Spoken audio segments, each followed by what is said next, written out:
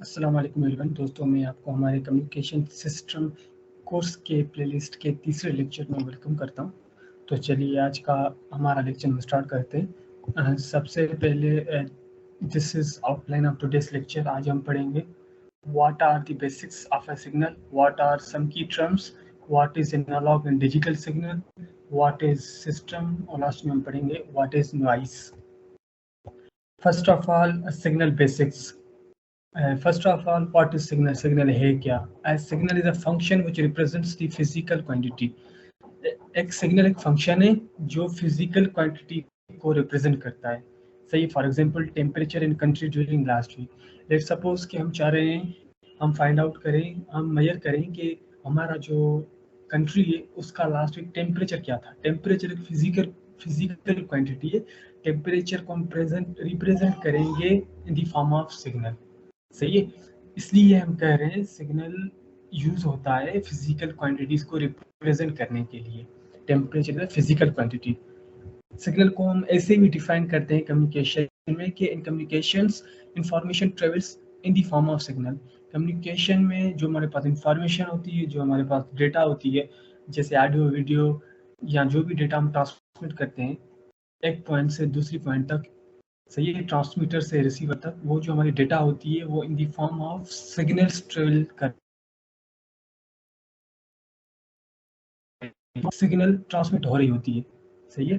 And now there are various types of signals in communication. Communication में different types के signals होते हैं, जैसे electrical signals, acoustic signal, video signal, और भी डिफरेंट टाइप्स होते हैं सिग्नल की।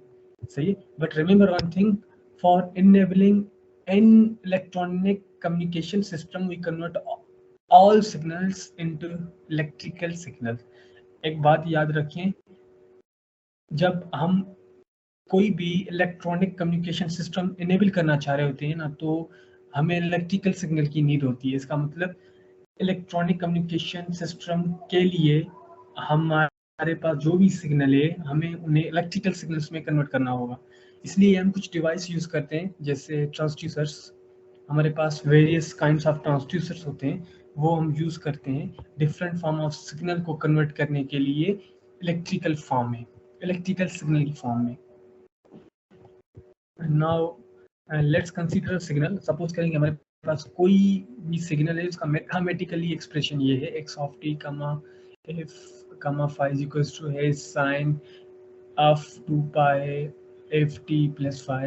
एक बात याद रखें कि कोई भी सिग्नल हो, हम उसकी मैथमेटिकल रिप्रेजेंटेशन से 3 पैरामीटर्स फाइंड आउट कर सकते हैं, एम्पलीट्यूड, फ्रीक्वेंसी, फेज। हर सिग्नल में ये 3 पैरामीटर्स होते हैं, एम्पलीट्यूड, फ्रीक्वेंसी, फेज। ये एक्सप्रेशन है, इसमें ए रिप्रेजेंट करा है एम्पलीट्यूड को, एफ रिप्रेजेंट करा है फ्रीक्वेंसी को, और जो फाई रिप्रेजेंट करा है फेज को।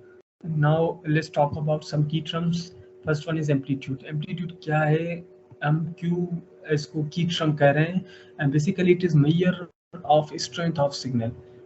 सही है, एम्पलीट्यूड के थ्रू हम सिग्नल की स्ट्रेंथ फाइंड आउट करते हैं, इस सिग्नल की स्ट्रेंथ मेजर करते हैं। फॉर एग्जांपल कोई भी सिग्नल है, अगर उसका एम्पलीट्यूड हाई है, मतलब उस सिग्नल की स्ट्रेंथ ज़्यादा है, वो सिग्नल लॉन्ग डिस्टेंस की तरफ ट्रेवल कर सकता है।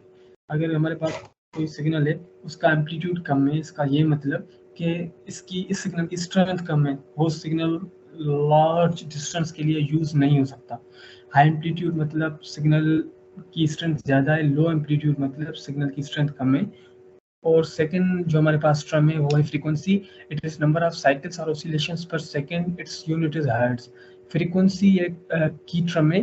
फ्रीक्वेंसी हमें बताता है कि एक सेकंड में हमारा सिग्नल कितनी मर्तबा रिपीट हुआ है, मतलब कितनी साइकिल्स कवर किए या कितनी ऑसिलेशंस कवर किए पर सेकंड हमारे सिग्नल में, इसे हम बोलते हैं फ्रीक्वेंसी। फ्रीक्वेंसी को मेजर करते हैं हर्ट्ज में।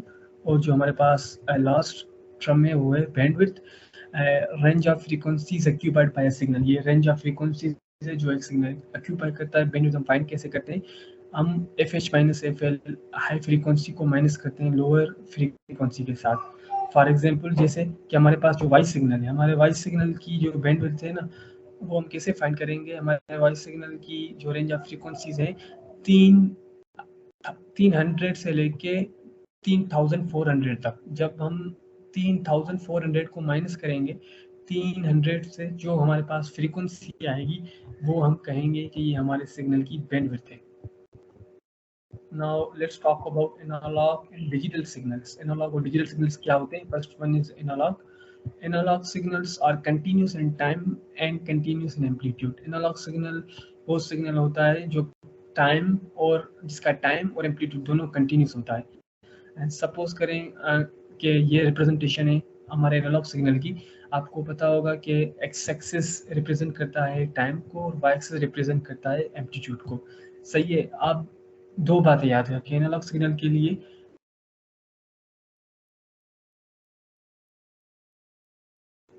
इसका टाइम पीरियड है 1 सेकंड से लेके 4 सेकंड तक। सही। इस टाइम को हम मेजर करते हैं। इसका यूनिट सपोज करें मैं ऐसे लिख लेता हूँ, मतलब इसकी जो एक्सिस है ना इसका यूनिट है एस सेकंड, मतलब सेकंड में हम अपने सिग्नल को जो है वो मेजर करें। सपोज कि हमारा सिग्नल है एनालॉग सिग्नल, उसका जो टाइम है वो है 1 to 4, 1 सेकंड से 4 सेकंड तक। इसका ये मतलब 1 to 4 में जो भी वैल्यूज हैं वो सारी इंक्लूडेड है। सही। एनालॉग सिग्नल में जो भी हम वैल्यू, जिस भी वैल्यू का जिक्र करते हैं ना, मतलब उन वैल्यूज के बीच में जो भी वैल्यूज हैं वो भी इंक्लूडेड है। जैसे 1 to 4 में जो भी वैल्यू होगी वो सब हम इंक्लूड करते हैं। सही है। एक पॉइंट ये। दूसरी पॉइंट ये है कि एनालॉग सिग्नल में किसी ना किसी टाइम पे कुछ ना कुछ एम्पलीट्यूड होगा। लेट सपोज ये 1 to 4 हमारा टाइम है। सही है। टाइम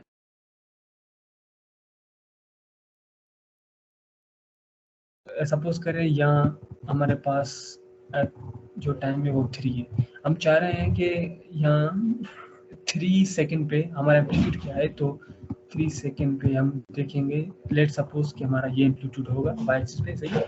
लेट सपोज कि ये हमारा 2 एम्पलीट्यूड है।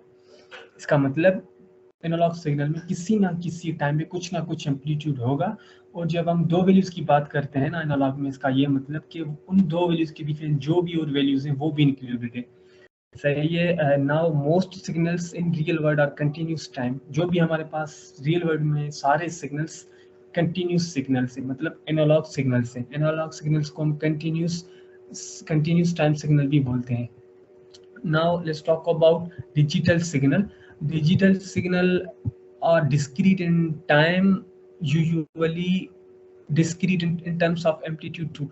Discrete signals वो digital signals वो होते हैं जो डिजिटल सिग्नल को हम डिस्क्रीट सिग्नल भी बोलते हैं। ये सिग्नल डिस्क्रीट होते हैं टाइम और एम्पलीट्यूड दोनों में। मतलब अगर हम डिजिटल में 0 और 1 की बात करते हैं ना, मतलब यहाँ सब दो ही वैल्यू हैं, यहाँ तो 0 यहाँ तो 1।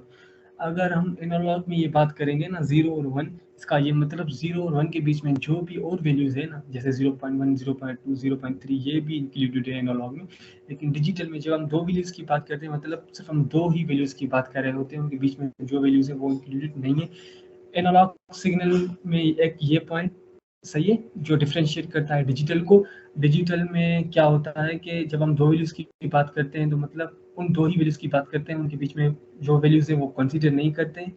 डिजिटल सिग्नल के लिए एक ये पॉइंट। दूसरी ये पॉइंट कि डिजिटल सिग्नल के लिए किसी पर्टिकुलर टाइम पे कुछ पर्टिकुलर एम्पलीट्यूड है। सही है। ये मैं आपको नेक्स्ट स्लाइड में बताऊंगा। लेकिन एनालॉग में क्या था, किसी ना किसी टाइम पे कुछ ना कुछ एम्पलीट्यूड है। लेकिन डिजिटल में ये होगा किसी पर्टिकुलर पॉइंट पे कोई पर्टिकुलर एम्पलीट्यूड होगा। ये मैं आपको नेक्स्ट स्लाइड में बताता हूँ। सिग्नल की रिप्रेजेंटेशन नेक्स्ट स्लाइड में है।